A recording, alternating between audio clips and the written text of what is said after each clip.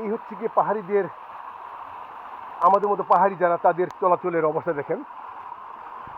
এখানে যে কোনো মানুষ এসে উঠতে এবং নামতে পারবে না, তাদের তো অভিজ্ঞতা অনেক। তারা সবসময় এই রাস্তায় যে বাস কেটে লাকড়ি কেটে নিয়ে যায় তারা, আপনারা দেখতে পাচ্ছেন, খুবই এক ডেঞ্জার, বিপজ্জনক। তাই আপনাদের দেখানোর চেষ্টা করছি।